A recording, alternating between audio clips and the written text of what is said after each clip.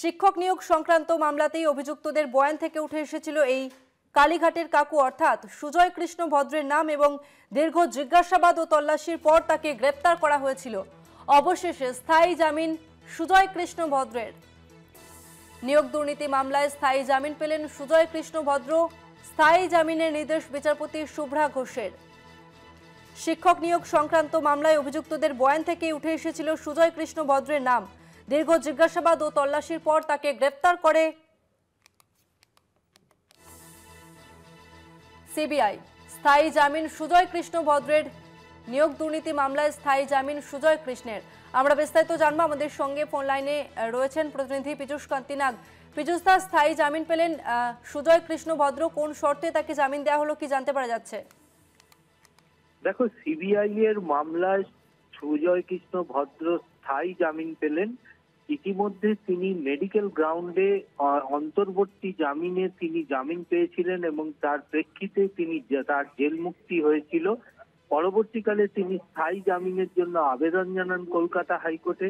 বিচারপতি শুভ্রা ঘোষ আর তার স্থায়ী জামিন মঞ্জুর করেছে, কিন্তু সে বেশ কিছু শর্ত বিচারপতি আরোপ করেছেন। সেই শর্তগুলি হলো, কলকাতার বাইরে তিনি বেরোতে পারবেন না। দ্বিতীয়ত, তাকে পাসপোর্ট জমা রাখতে হবে আদালতে।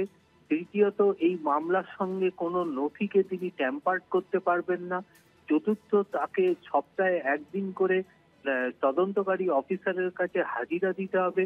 পঞ্চমত, তার যে মোবাইল নাম্বার তা জমা রাখতে হবে। যদি কোনো কারণে তিনি মোবাইল নাম্বার পরিবর্তন করেন, তাও কিন্তু তদন্তকারী অফিসারকে দিতে হবে। এমন শর্তের ভিত্তিতেই কিন্তু জামিন মঞ্জুর করলো কলকাতা হাইকোর্ট এবং বিচারপতি শুভ্রা ঘোষ জানিয়ে দিলেন যে তার স্থায়ী জামিন মঞ্জুর করা হলো। ধন্যবাদ পীযূষ দা।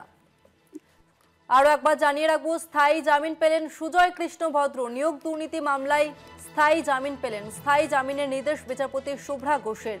শর্ত সাপেক্ষে স্থায়ী জামিন কালীঘাটের কাকুর।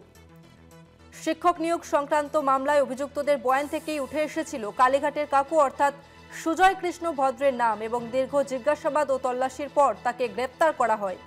অবশেষে স্বস্তি পেলেন নিয়োগ দুর্নীতি মামলার অন্যতম অভিযুক্ত সুজয় কৃষ্ণ ভদ্র। তিনি শর্ত সাপেক্ষে জামিন পেলেন, স্থায়ী জামিন পেলেন।